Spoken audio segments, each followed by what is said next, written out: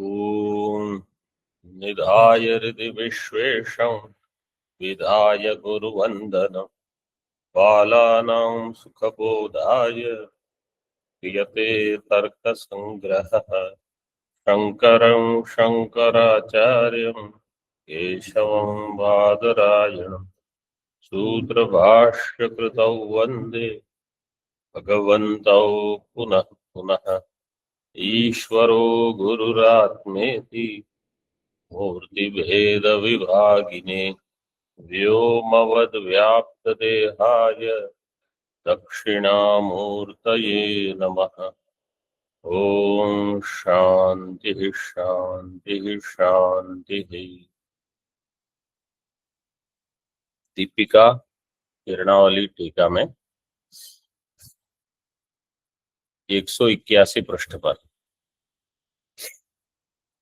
ननु तृतीय पंक्ति ननु भस्मादिना कांस्यादौ शुद्धि दर्शनात् आधेय शक्ति ही अंगीकार्या इति चेत्।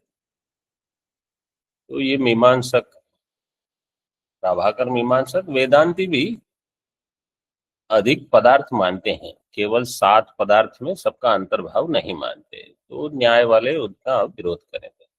जैसे यहाँ एक कांस्यादि में शुद्धि की शक्ति है ऐसा मानते हैं, इति चेत न। न्याय वाले कहेंगे भस्मादि संयोग समान कालीन अस्पृश्य स्पर्श प्रतियोगिक यावद अभाव सहित भस्मादि संयोग ध्वंसस्य शुद्धि पदार्थत्वात्।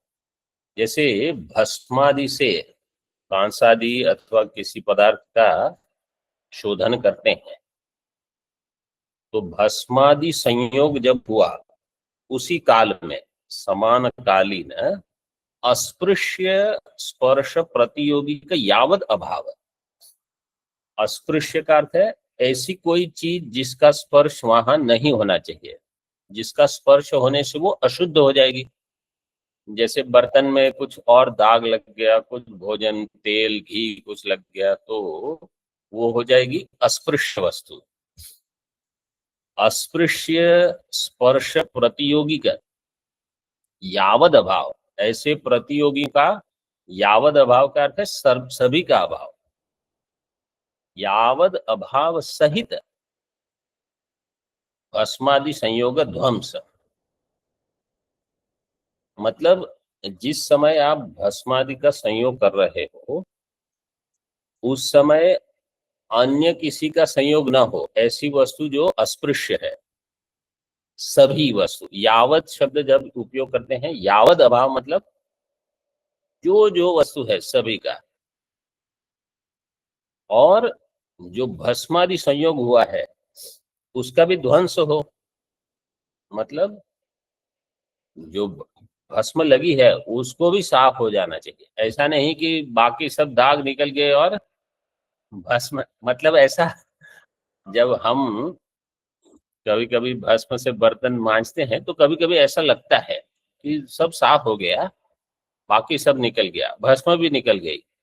अगले दिन जब वही बर्तन देखते हैं ना, तो उसमें दिखता है कि कुछ और है, मतलब हाथ से आप रेखा करो तो दिखती है। तो भस्म भी नहीं रहनी चाहिए, तो कुछ अंश अगर रह जाता है कहीं, वो भी नहीं रहना चाहिए। उसको कहा गया भस्मादि संयोग ध्वंसस्य शुद्धि पदार्थ। ये ही शुद्धि पदार्थ है, मतलब इसको एक अन्य पदार्थ मानने की आवश्यकता नहीं है। उस भस्मादि संयोग का ध्वंस, उसको ही, उसमें इसका अंतर्भाव हो जाएगा। आगे स्वत्वमपि न पदार्थांतरम। स्वत्व, अब कोई कहेगा ये स्वत्व, जैसे मेरापन जिसको कहते हैं स्वत्व, तव स्वत्वम मम स्वत्वम, ऐसे टीका में दिया है।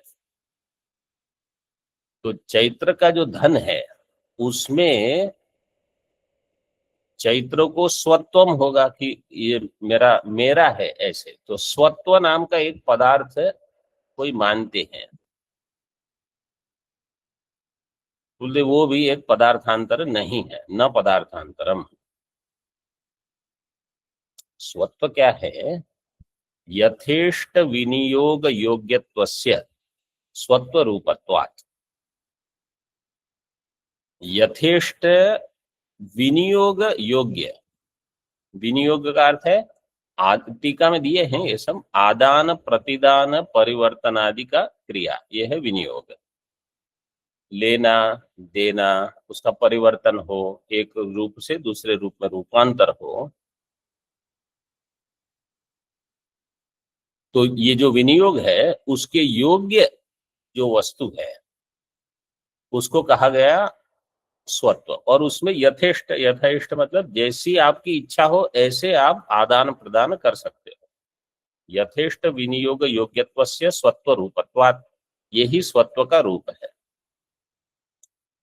तद अवच्छेदकम, और उसका अवच्छेदक क्या है? प्रतिग्रहादि लब्धत्वम एवं प्रतिग्रहादि, वहां टीका में दिया है दान प्रयुक्त प्राप्ति विषयत्वम इत्यादि।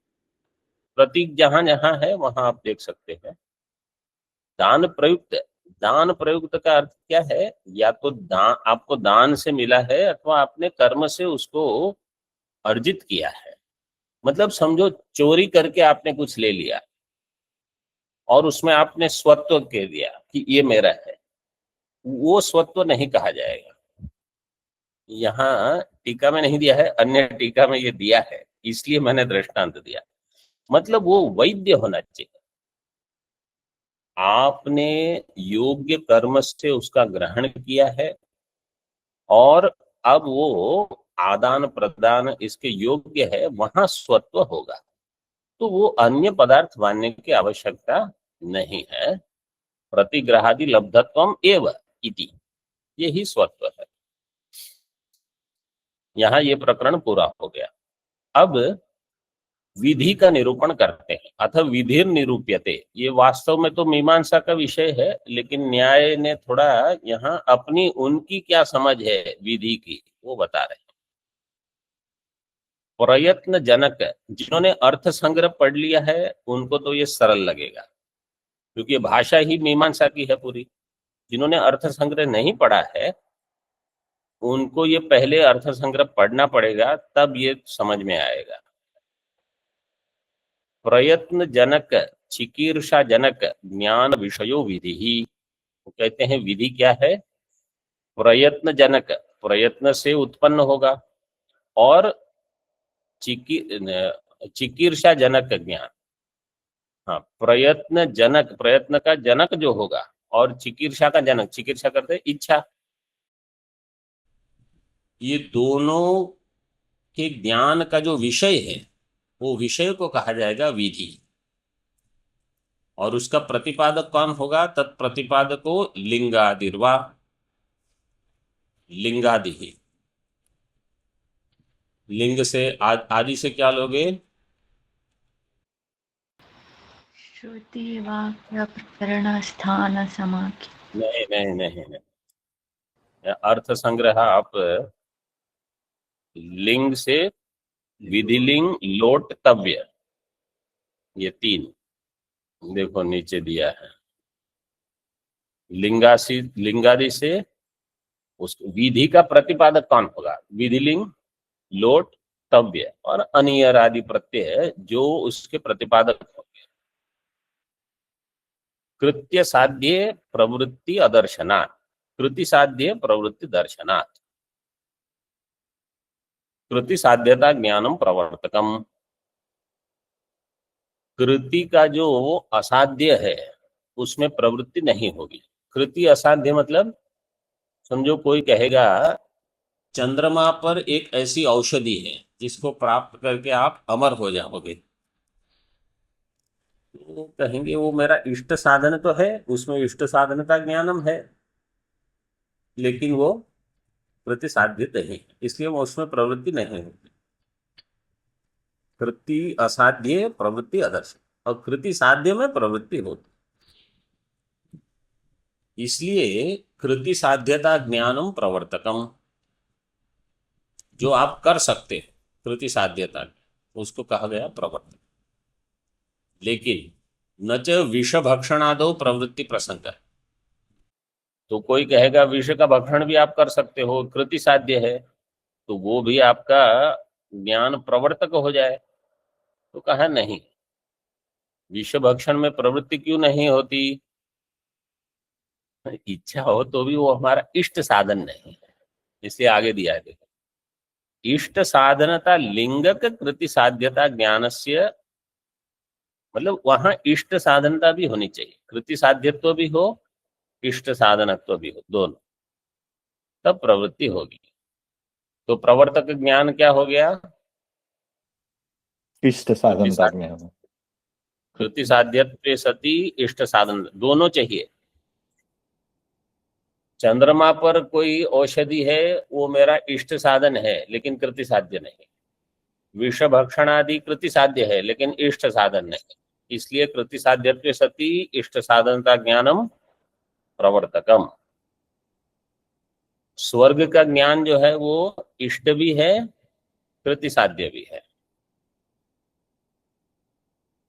इतना समझ में आ गया? जी। आगे देखिए, इष्ट साधनता लिंगक कृति साध्यता ज्ञानस्य काम्यस्थले विहित काल शुचि जीवित्व निमित्त ज्ञान जन्यस्य निमित्त नैमित्तिक स्थले प्रवर्तकत्वात् नौ नहीं नहीं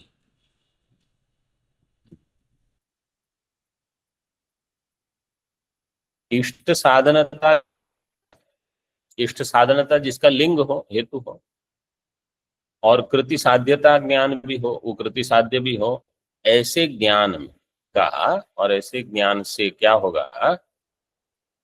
ऐसा ज्ञान काम्य स्थल में प्रवर्तक होगा। जहां आप कामना करके प्रवृत्ति करते हो वहां ये दोनों आवश्यक है, इष्ट साधनता, कृति साध्य।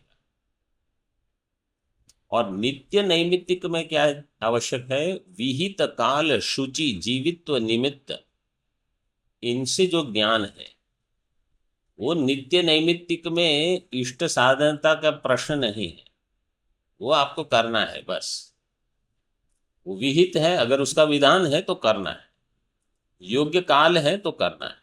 शुचि मतलब पवित्रता है, क्योंकि क्या है, नियम कुछ होते हैं निमित्त कर नित्य कर्म में। नैमित्तिक कर्म में अगर अशुचि का समय है तो कुछ नैमित्तिक करना पड़ता, जैसे श्राद्ध आदि करने पड़ते हैं, जैसे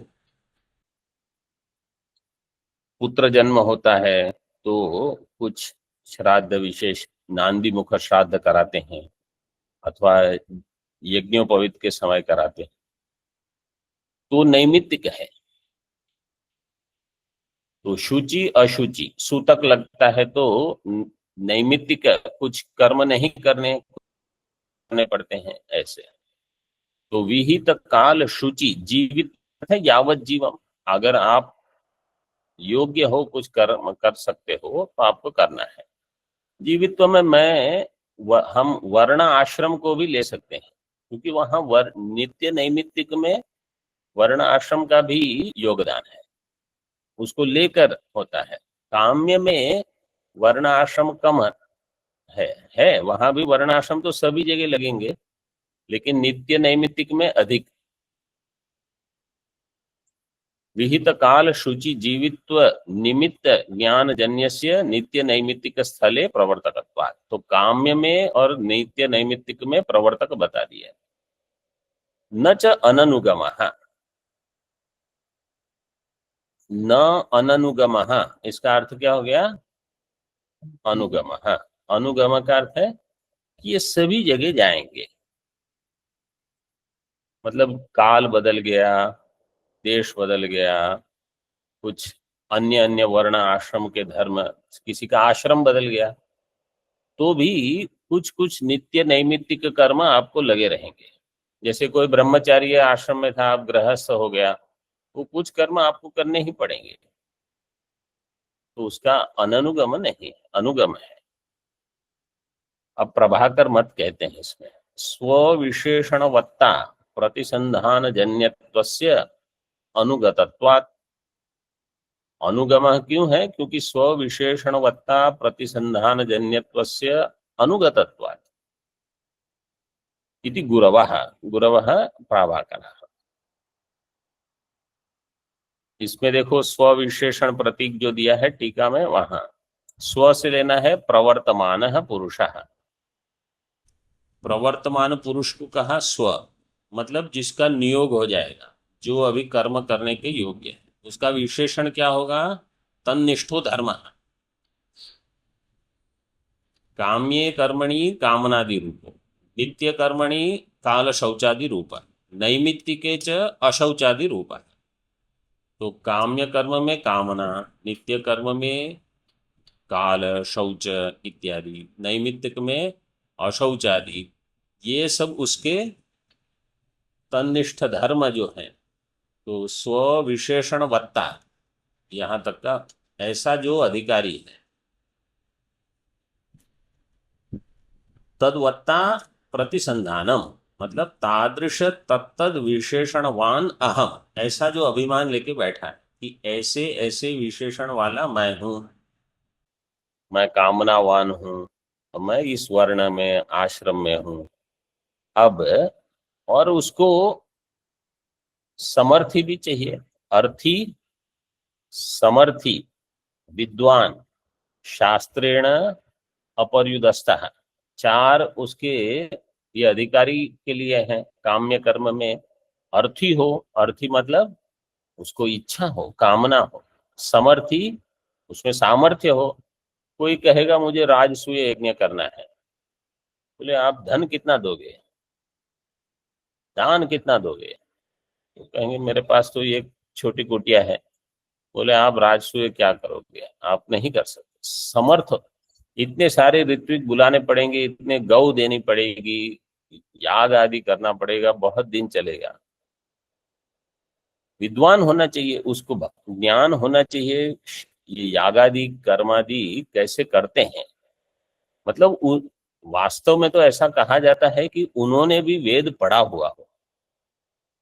आजकल तो ऐसा होता नहीं। आजकल कैसे होता है कि पंडित जी आप आ जाओ, वो ही करेंगे सब, ऐसे नहीं। उस एक समय में तो मतलब ऐसा रहता था कि जो यजमान है उन्होंने भी वेद पढ़े हैं। इतना ज्ञान भले न हो कि अभी क्या मंत्र बोल, लेकिन एक बार अध्ययन उनका हुआ है, वो है विद्वान। और शास्त्र से उसका निषेध नहीं किया हो। जैसे कोई अंध हो, पंगु हो, उसको कर्म में अधिकार वेद नहीं देता, तो नहीं हो। ऐसा व्यक्ति जो अहम अभिमान लेकर बैठेगा, इति आकारकम ज्ञानम, इसका अनुगम होगा। अनुगतत्वात् इति गुरवः तन्न। न्याय वाले कहेंगे नहीं। क्यों? लाघवेन कृति साध्य इष्ट साधनता ज्ञान से चिकीर्षा द्वारा प्रयत्न जनकत्वात्।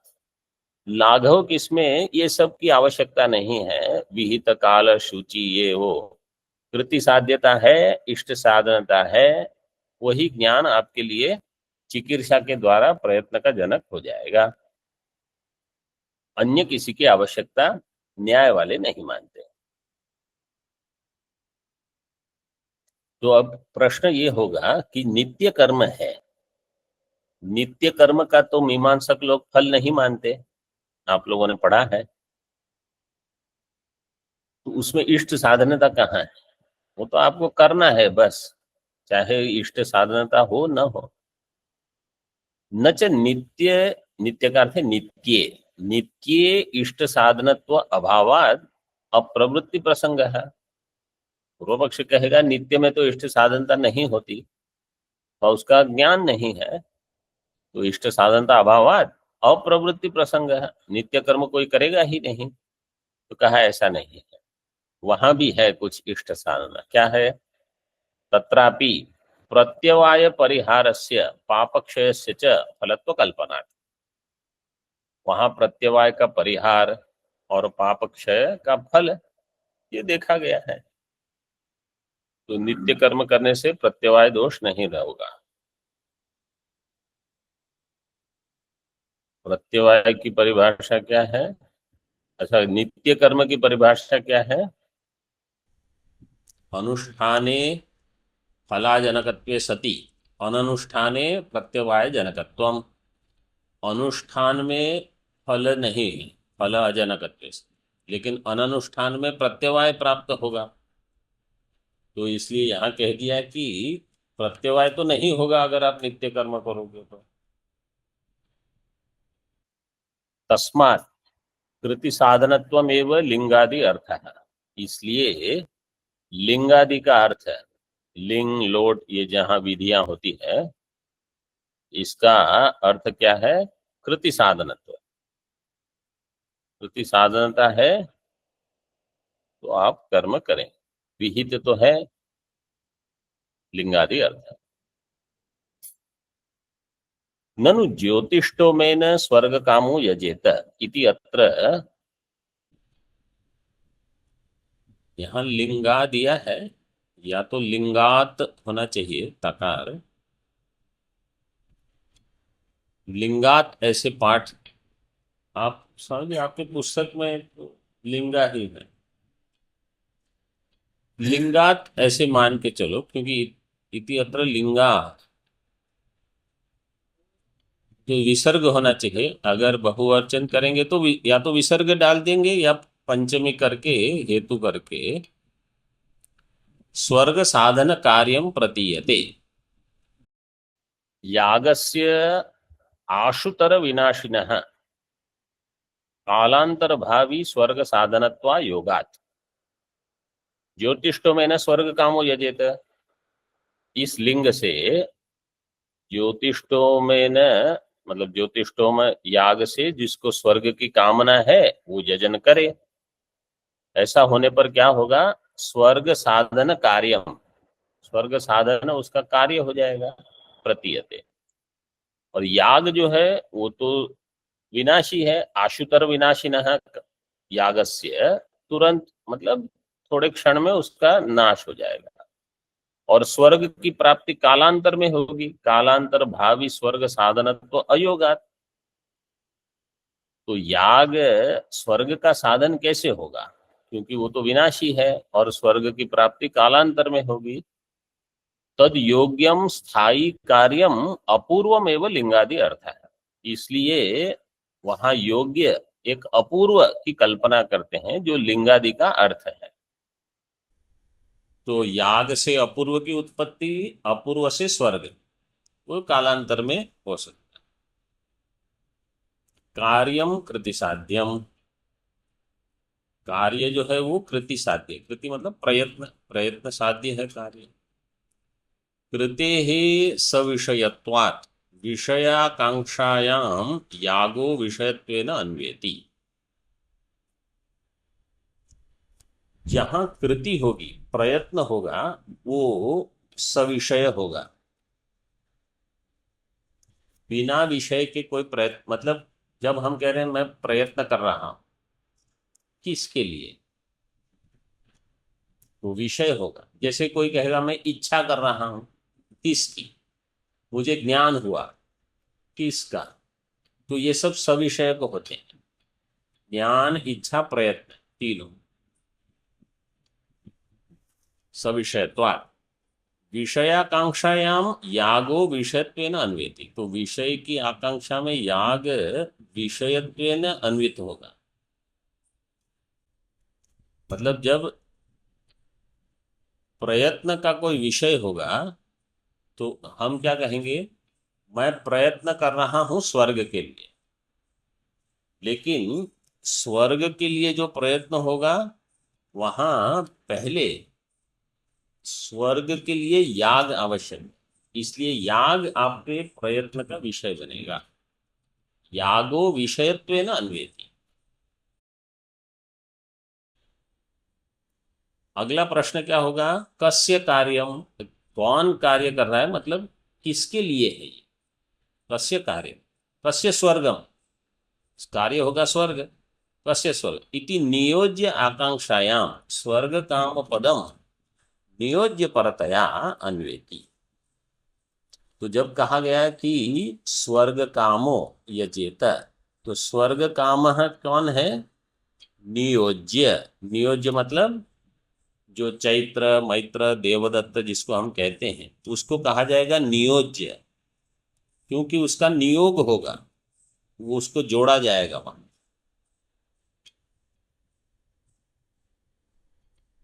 तो कस्य कार्यम, चैत्रस्य कार्यम, मैत्रस्य कार्यम, अधिकारिणः, तो उसको कहा जाएगा नियोज्य। नियोज्य परतया अन्वेति, कार्यबोधा नियोज्य, जो कार्य को जानने वाला है वो हो गया नियोज्य, मतलब जिसको कार्य का ज्ञान है। टीका में दिया है कार्यबोधा, ऐसे विषयाकांक्षायाम ये प्रतीक है, उसके बाद कस्य कार्यम ये प्रतीक है, उसके बाद कार्यबोधा, इदम मत्कृति साध्यम इति ज्ञानवान नियोज्यो याग, जो याग को करने वाला है उसको कहा जाएगा नियोज्य। वो क्या कहेगा, इदम मत कृति साध्यम, ये मेरा कृति साध्य है, वो उसको कहा जाएगा कार्यबोधा। तेन, आगे दीपिका में, तेन ज्योतिष्टोम नामक याग विषयम स्वर्ग कामस्य कार्यम इति वाक्यार्थः संपद्यते। तेन कर्ता, उस कर्ता के द्वारा, ज्योतिष्टोम नामक याग विषयम, ज्योतिष्टोम नाम का एक याग, याग का अर्थ क्या है, ये याग है। याग की परिभाषा क्या है, देवता उद्देश्य न द्रव्य त्याग है। याग में अग्नि का कुछ काम ही नहीं है, याग केवल संकल्प मात्र होता है कि देवता को उद्देश्य, ये अग्नये इदम न मम, प्रजापतये इदम न मम, बस केवल संकल्प मात्र से जो द्रव्य का त्याग जहां हो जाता है देवता के लिए, उसको कहा जाएगा याग। देवता उद्देश्य न द्रव्य त्याग, फिर वो स्वाहा इत्यादि जो होता है वो तो होम हवन, वो अलग है। ज्योतिष्टोम नामक याग विषयम, आप लोगों को सुनाई दे रहा है कि नहीं? यस स्वामी जी। अब सुनाई दे रहा है, ठीक है। ज्योतिष्टोम नामक याग विषयम स्वर्ग कामस्य कार्य, ये स्वर्ग काम, स्वर्ग काम मतलब जो अधिकारी है, नियोज्य है, उसका ये कार्य है, क्या, उसको याग करना है, याग विषयम कार्य इति वाक्यार्थ संपद्यते। इस प्रकार से वाक्य अर्थ मतलब वैदिक वाक्य, वैदिक वाक्य संपन्न हो जाएगा यहाँ, वैदिक लिंग लिंगत्वात्।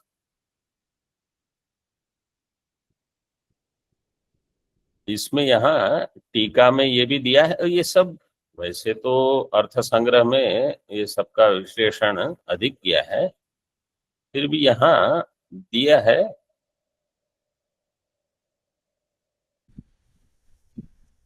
यजि धातु अर्थ हो याग है, आख्यातार्थ है भावना, वो दो प्रकार की होती है, आर्थी भावना, शाब्दी भावना। आर्थी भावना पुरुष प्रवृत्ति रूपा, शाब्दी भावना अभिप्राय रूपा, ये सब दिया है। और कृति साध्यत्व तत्प्रतिपादक लिंग लोट तव्यादि ही वो भी दिए हैं। और विधि से विधि निमंत्रणा आमंत्रण,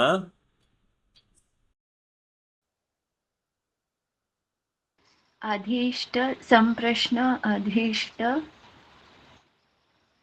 प्रार्थने। अधीष्ट संप्रश्न प्रार्थने प्रार्थना, 6 है कि 7 है? 6 स्वामी जी। विधि निमंत्रणामंत्रणाधीष्ट संप्रश्न प्रार्थनेषु लिंग, वो भी दिया है वहां थोड़ा। टीका में थोड़ा विस्तार किया है ये सब, आगे देखिए दीपिका में। तो वैदिक लिंगत्वात् यावत जीवम अग्निहोत्र, ये सब कौन से पृष्ठ पर है मैं बता देता हूँ। जिन्होंने अर्थ संग्रह नहीं किया है उनको थोड़ा लाभ होगा। ये आरंभ में ही है, 182।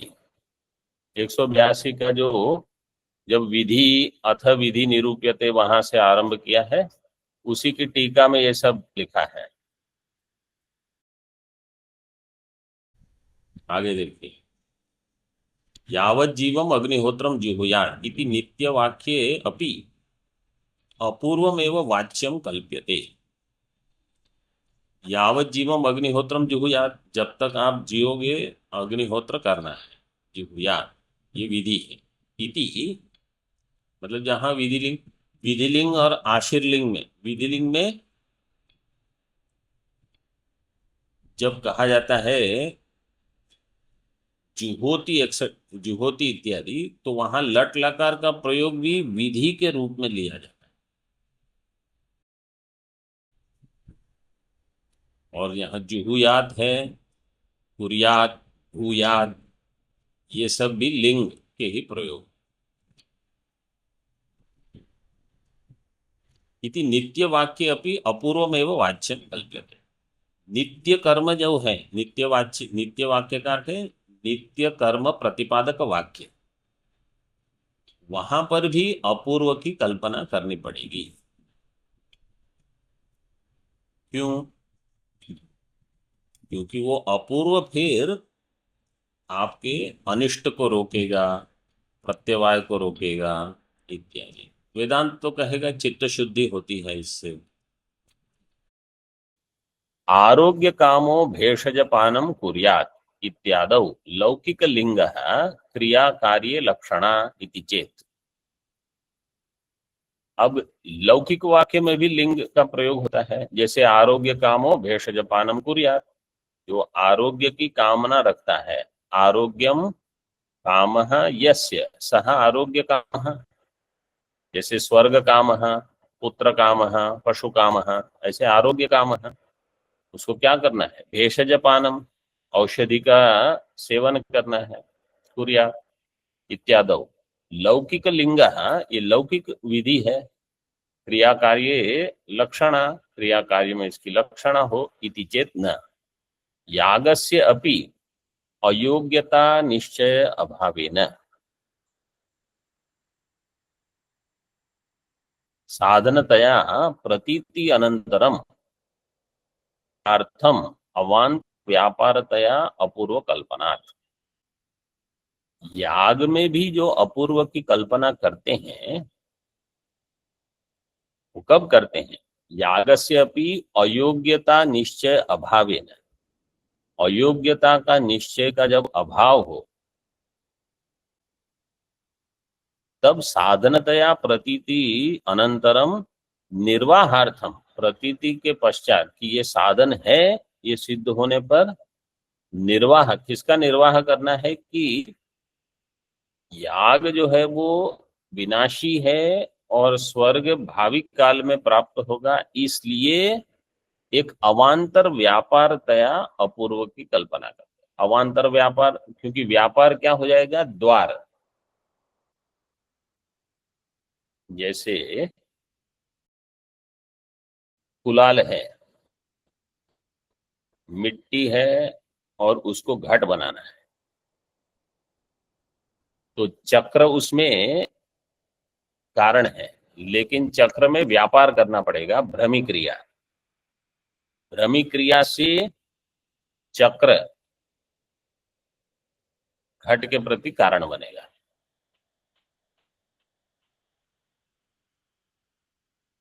इसी प्रकार व्याप्ति